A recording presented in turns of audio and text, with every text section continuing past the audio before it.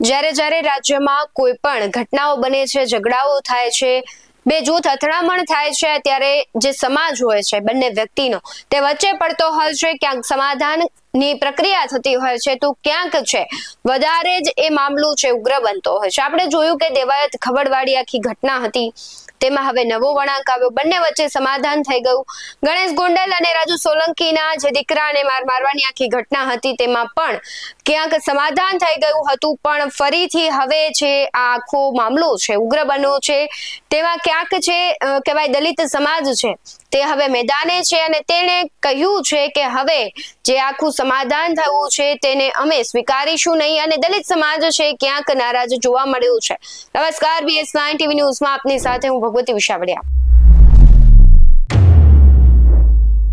ગોંડલના ધારાસભ્યના પુત્ર ગણેશ ગોંડલ અને સંજય સોલંકી વચ્ચે થયેલા કહેવાતા રાજકીય સમાધાન સામે અનુસૂચિત જાતિ સમાજે રણશીંગો ફૂંક્યું છે. પૂર્વ ધારાસભ્ય જયરાજસિંહ જાડેજા અને રાજુ સોલંકી વચ્ચે પડદા પાછળ થયેલી સમજૂતીને સમાજના અગ્રણીઓએ ફગાવી દીધી છે.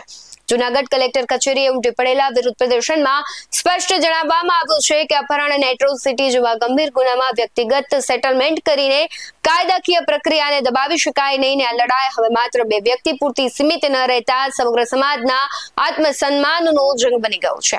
સમાજે કલેક્ટરને આવેદન પત્ર પાઠવી તાકીદે સ્પેશિયલ પબ્લિક પ્રોસિક્યુટર એટલે કે પીપીની નિમણૂક કરવાની અને કેસ ફાસ્ટ ટ્રેક પર ચલાવવાની માંગ કરી છે. અગ્રણીઓનો આક્ષેપ પણ છે કે રાજકીય દબાણ હેઠળ આરોપીઓને બચાવવા પ્રયાસ થઈ રહ્યો છે. જો તંત્ર દ્વારા કડક દાખલો બેસાડવામાં નહીં આવે તો આગામી દિવસોમાં આંદોલન વધુ ઉગ્ર બનવાની ચીમકી પણ ઉચ્ચારવામાં આવી છે. આ વિવાદે જે થયો છે તેને પગલે ગોંડલ પંથકમાં સામાજિક અને રાજકીય ગરમાવો ચરમસીમાએ પહોંચ્યો છે. સમગ્ર ઘટનામાં જે દ્રશ્યો સામે આવ્યા છે તેના પર નજર કરી.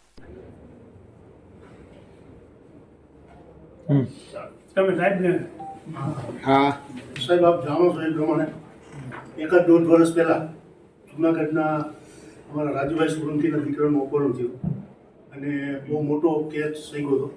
ગોંડલના ધારાસભ્ય ગીતાભાઈ જાડેજાના પુત્ર ગણેશ ગોંડલે એમનું અપહરણ કર્યું, એમને માર માર્યો. હમણાં અમને સોશિયલ મીડિયા દ્વારા જાણવા મળ્યું કે આ કેસમાં સમાધાન થયું છે.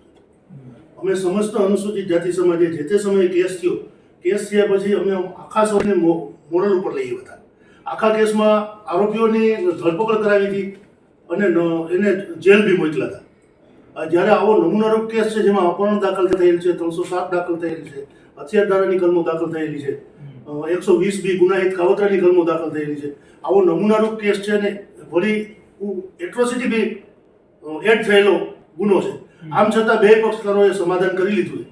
એટલે અમારી આપ સાહેબ સરકારના પ્રતિનિધિ છો, અમારી રિક્વેસ્ટ છે કે આપ સાહેબ કાયદા વિભાગને અમારી લાગણી પહોંચાડો અને આ કેસમાં સરકાર તરફે એક સ્પેશિયલ પીપી મૂકવામાં આવે અને સ્પેશિયલ પીપી મારફતે કોર્ટ સમક્ષ ધ્યાન દોરવામાં આવે કે બે પક્ષે સમાધાન થયું છે આર્થિક લાભ કાઢવા માટે અને એને લીધે આ કેસ નબળો ના પડે.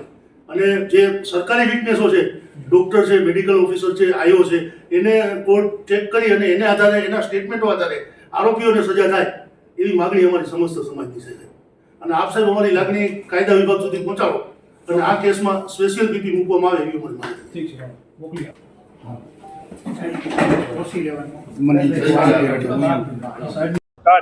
દેવદાનભાઈ મુછડિયા, પ્રમુખ સમસ્ત અનુસૂચિત જાતિ સમાજ જુનાગઢ જિલ્લા.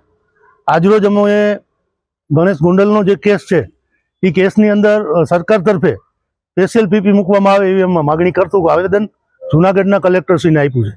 આપણે સૌ જાણીએ છીએ એ પ્રમાણે ન્યાયને ખરીદી નથી શકાતું અને ન્યાયને વેચી બી નથી શકાતો. પણ આ કેસની અંદર ફરિયાદી પક્ષ અને આરોપી પક્ષ બે મેળાપીપણું કરી અને આર્થિક લાભ ખાટવા માટે કેસમાં સમાધાન કર્યું છે. અને આ પ્રશ્નની અંદર અમારા સમાજના યુવાનોએ પોતાના જીવ ખોયા છે. એવડી જબરી લડત અમારા સમાજે આ કેસમાં કરી છે. જ્યારે આ બંને પક્ષોએ સમાધાન કર્યું છે ત્યારે અમે નામદાર કોર્ટ સુધી અમારા અવાજને લઈ જશું.